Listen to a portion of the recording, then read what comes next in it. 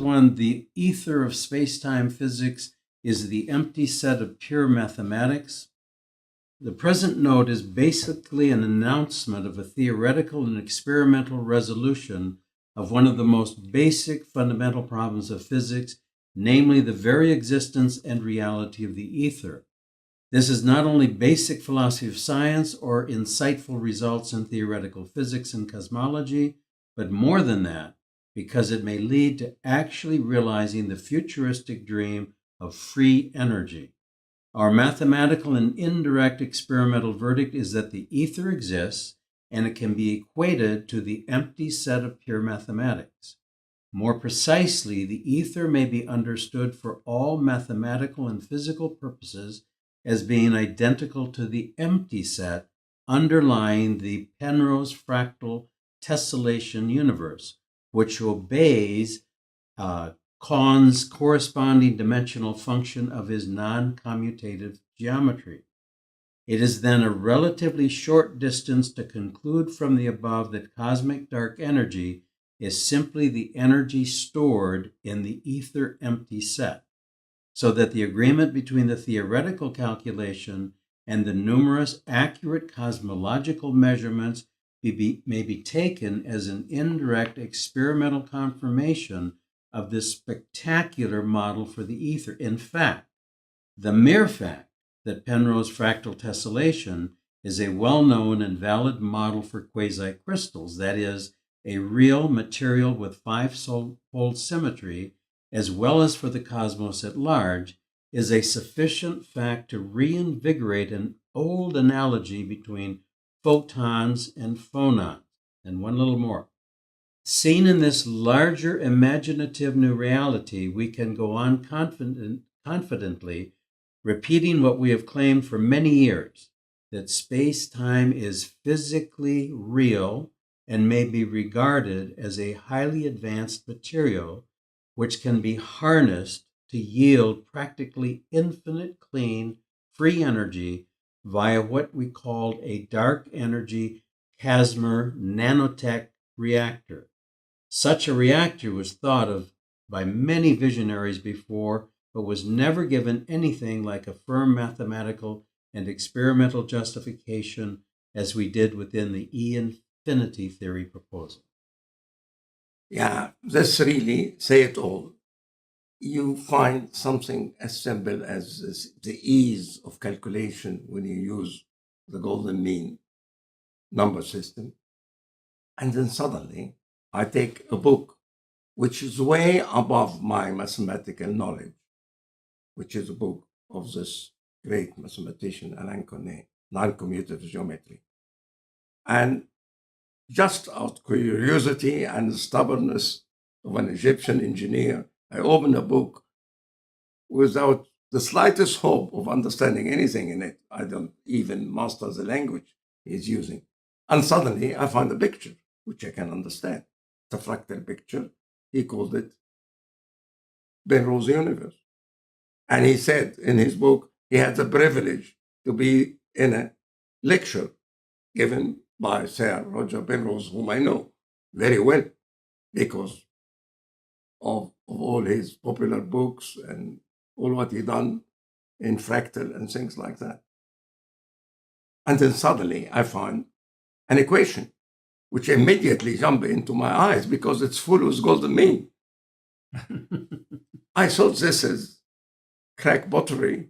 I thought it is just for people who do numerology. So numerology is very important after all, because one of the greatest, I dare even say the greatest man in pure mathematics who work also in physics. He's a friend also of many physicists. They always talk to him. And so the golden mean he was there. And then I started compare how I write things and how he write it. I would say this is the only thing which I done better than him is the way I wrote his equation. The equation for the vital dimensional function. originally, this dimension function, without having the golden mean in it explicitly as he done, because he didn't have an explicit model due to Roger Penrose. It was von Neumann in his continuous. He wrote the same equation but without the golden mean, a very abstract equation. And then I looked to a formula I used in my work, which is called the bijection formula, and found for the first time was the light that what Garnet said to me. And I didn't fully agree at that time, but I fully now agree.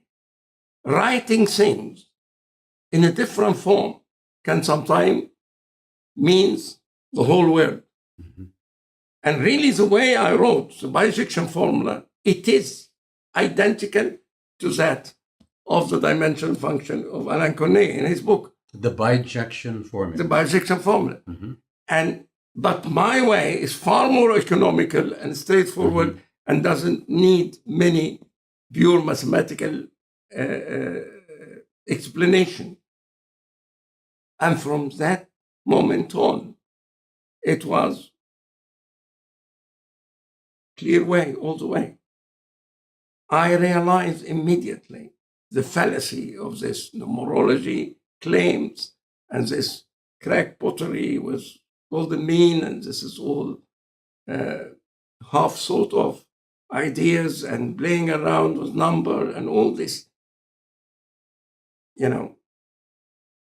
things which are really devised mainly to discourage you and get you out of the field. But we are not easily discouraged in any case. And it was very clear to me that this is the way to understand. And it comes from my work then and the work of Alain Cornet, the following. Let's start by topological dimension. You have a cube. The cube is three-dimensional. But what is the border of the cube? This is the surface of the cube. There are two dimensions. So the surface of a three-dimensional body, manifold, if it's differentiable, is two-dimensional. 3 minus 1 is 2. Okay. Let's look to the surface of a square. What is the border of a square? Square is two-dimensional. The border has a line. They are one dimension. 2 minus 1 is 1. So they are one dimension. Okay, let's take a line then. It's one dimension. What is the border of the line? The end point. There are points. What is the dimension of these points? 1 minus 1 equals 0. Well, that square with our normal geometry. Normal geometry is, by the way, wrong. Here, then, another question, which took imagination. Somebody, a very young man,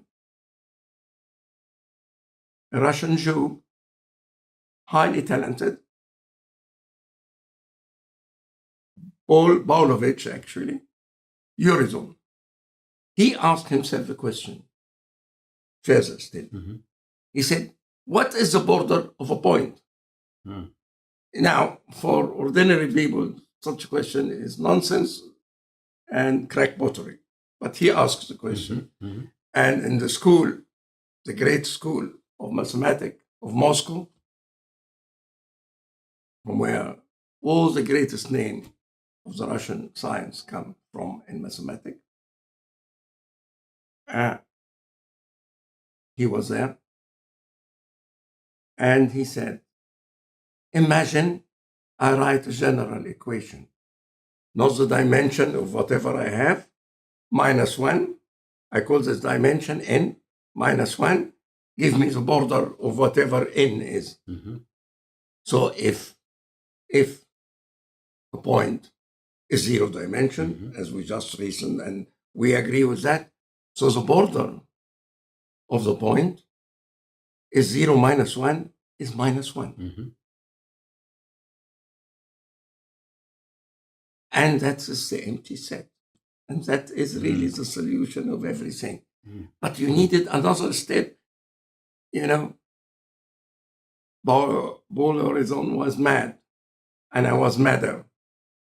You need to be more mad than mad in order to say that. And actually, it was done in a different way by the inventor of the word fractals, because fractal was always there. But he invented the word Benoit Mandelbrot. Mandelbrot said he would like to know the dimension not only of an empty set, but the degree of emptiness of an empty set. Because why stop there? You have now something called an empty set and have a dimension minus 1. So you want its border? Put another minus 1. It becomes minus 2. So that is an emptier set than minus 1. And go like that indefinitely to minus infinity.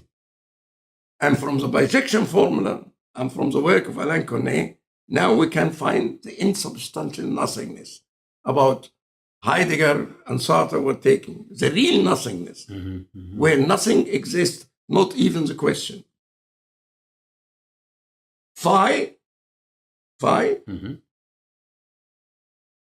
written as 1 over phi, like you do, or you see, which is equal 1 over phi, and put as the exponent, as a power, minus infinity. It becomes phi, called the mean, the 0.6180, not the 1 plus. Right, gotcha. It becomes, so it's smaller than 1. Than 1. And it is to the power, it went up. From minus infinity, it become plus infinity. Something smaller than 1 and to the power of infinity is absolutely disappeared now. Right. So you cannot ask what is the border of that. That is nothingness. That is the real nothingness. And can you imagine now the difference between the zero set, which is, I equated it, and it worked out fantastic and got the result of experiment and theory correct. The zero set is a quantum particle.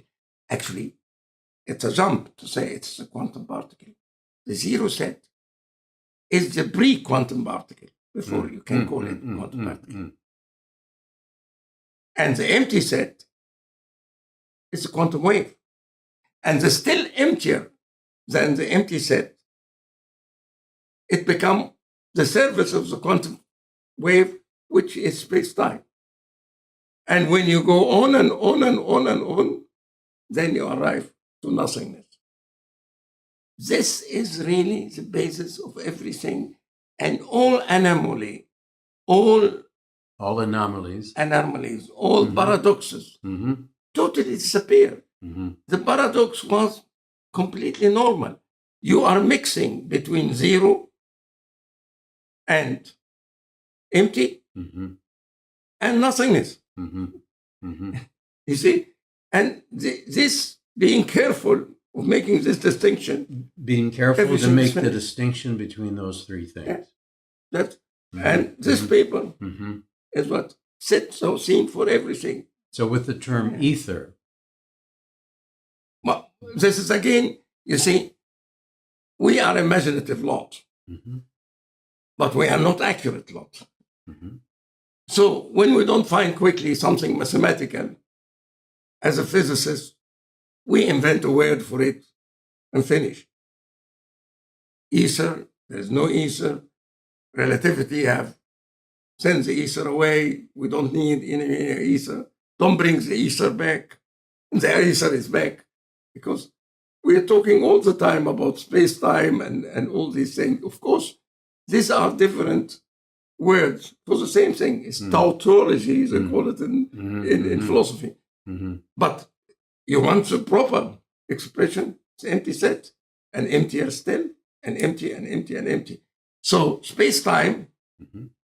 you can consider the quantum wave part of it, and the quantum wave is the service of the zero set, which is a quantum particle, pre-wave. And all this multi-fractal of empty set Mm-hmm. from phi, the small phi, Mm-hmm. to the power of 2, till phi to the power of infinity, when Mhm. everything disappears. Mm-hmm. All this multi-fractal is what we call space-time or ether Okay. or whatever. Mm-hmm. And of course, Mm-hmm. relativity did not take the ether away at all.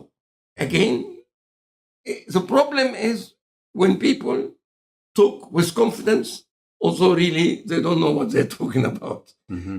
And the only people who don't do this mistake are pure mathematicians, because they are not just scouts running around searching for something. They go very systematically and very slow. That's why we scientists who work in engineering and work in physics have no patience for them. It's not part of our training. But when you are a pure mathematician, although you are very slow, but whatever you gain is solid as hell. And we are asking such deep question now. They're very deep. You know, they're related with soul. They're related to religion. They're related to what is beauty. They're related to so many things which nobody would have normally thought it's part of physics. But it is part of physics. So in terms of language, David Bohm used to propose as a possibility that the ether was the vacuum state, but that there's a more precise way of looking at it. Yes. How would you suggest? Yes. He is right. Mm-hmm. And that is what shows. He's an inventive man. Mm-hmm. So he didn't find anything mathematically handy for him, Mm-hmm. like Heisenberg. He never heard the name matrices. Mm-hmm. But Born, his teacher, said, "Oh, what? Born. This Born, Mm-hmm. his teacher, he's the grandfather of Olivia Newton-Jones." Really, Born. Born said, "I've seen somewhere in my mathematical education, there was something called matrices or something. They used to multiply things like you do, non-commutatively." Mm-hmm. Okay? And that's it. David Bohm's imagination was without limit. But his knowledge of mathematics and pure mathematics had a very, very restrictive method. It was not part of it. Mm-hmm. They did not, for instance, attend the conference about Einstein as a physicist and philosopher, which was done by a philosopher, Schlipp. Mm-hmm. He done it, and he produced a book. And in this book, the proceeding of this old conference in honor of Einstein, made by a philosopher called Schlipp, Mm-hmm. there was a paper by Menger, Mm-hmm. by Carl Menger. Right. And Carl Menger is the inventor of the empty set and the minus one and all that, like Olsen. There is thought who was first. Mm-hmm. Paul Horizon, I think they were independent. Mm-hmm. Both of them were very honorable Jew Mm-hmm. and scientists. Mm-hmm. I don't think they lied. Mm-hmm. So they just, a correct idea come to a lot of brain Sure. at the same time. We don't live in a vacuum. Like Wallace and Darwin. Yeah, exactly. Mm-hmm. Exactly. Mm-hmm. And like Newton and Garnet, Nuttall, and Yeah. myself, Mm-hmm. I must say I wouldn't have came to all that independently without Garnet. Mm-hmm. Yeah. Mm-hmm. And also to a certain extent. But we don't live in a vacuum. Mm-hmm. And sometimes we read a lot of things and forgot where we read it, and we think with old age, we think this is our thoughts. Mm-hmm. Although somebody told us maybe 10 years ago and forgot. No matter what it is, we are all part of the main. Mm-hmm. We are all part of this universe, and we're working together consciously or unconsciously. We are working together. And it almost seems like when the right problems arise, the intuition takes over, and it's almost like the answers, solutions are seeded into multiple people simultaneously who come up with the solutions. And so there's not really so much a priority that someone say, I got it first, but rather, aha, eurekas are happening almost simultaneously. Yes, yes. Sometimes, however, self-interest for funding and money and things, we're human being all. Sure. It's just we brainwash ourselves and start being a little bit, more I instead ego. of Sure. saying we. Sure. But at least, I don't know anybody of us, not you, not me, and definitely not Garnet, nor Notal, have waged war against people because they use something else. But unfortunately, this is one point which makes me sad. But then again, in life, there are so many pleasant things, like the friendship between us, which make you forget this thing. And the most important thing, what you mentioned yesterday, forgiveness. And forgetting also. It's a blessing to forget things. Perfect note for us to take a break. He had signaled me. Yeah.